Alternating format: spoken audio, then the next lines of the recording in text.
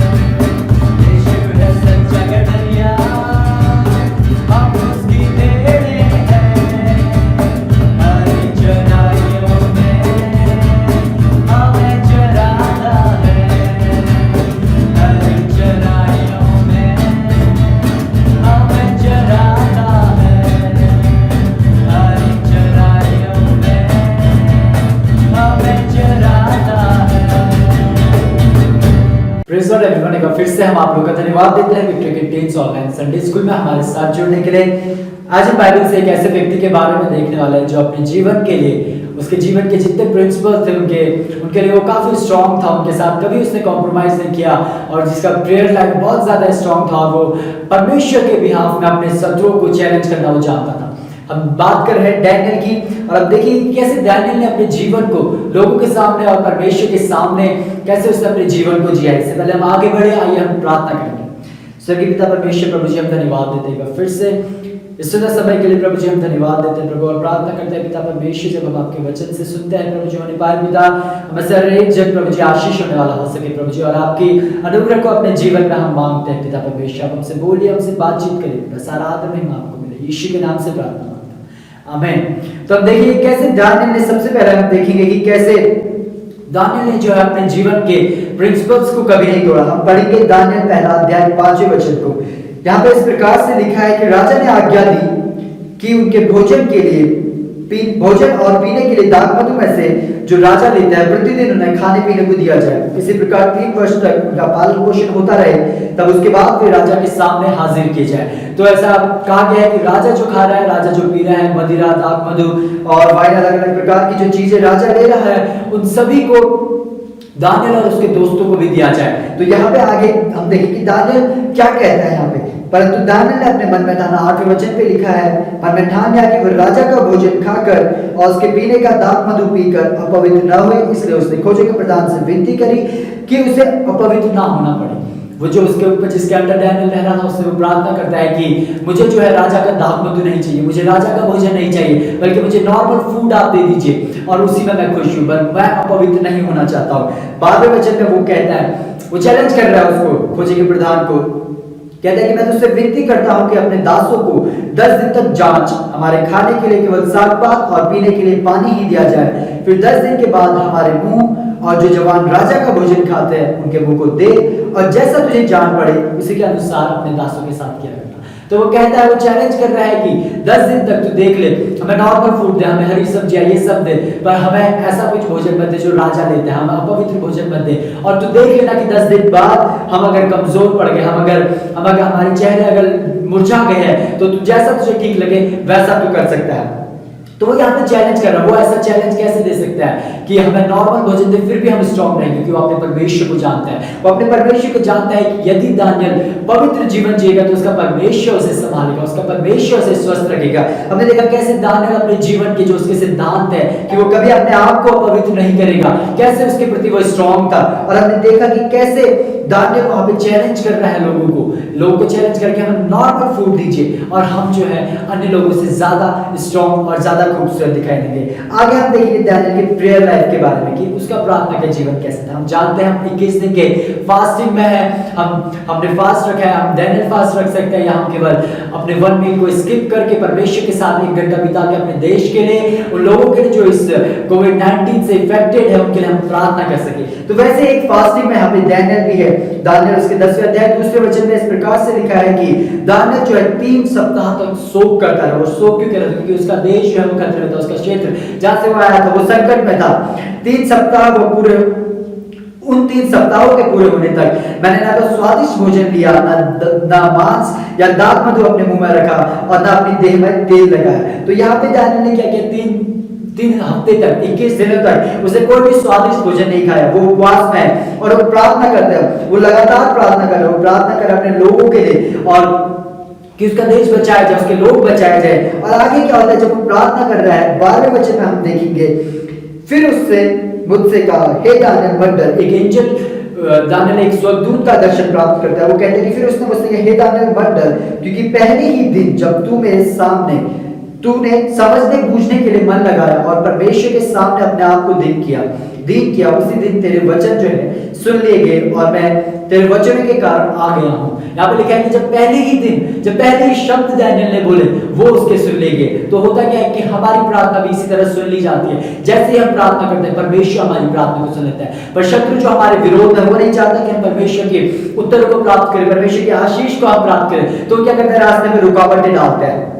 13वें वचन में ऐसी एक रुकावट के विषय में यहाँ पे दानियल को वो स्वर्गदूत बता रहा है, कह रहा है कि फरास के राज्य के प्रधान 21 दिन तक मेरा सामना करता रहा, परंतु मिकाएल जो मुख्य प्रधान में से है वह मेरी सहायता के लिए आया, इसलिए मैं फरास के राजाओं के पास था।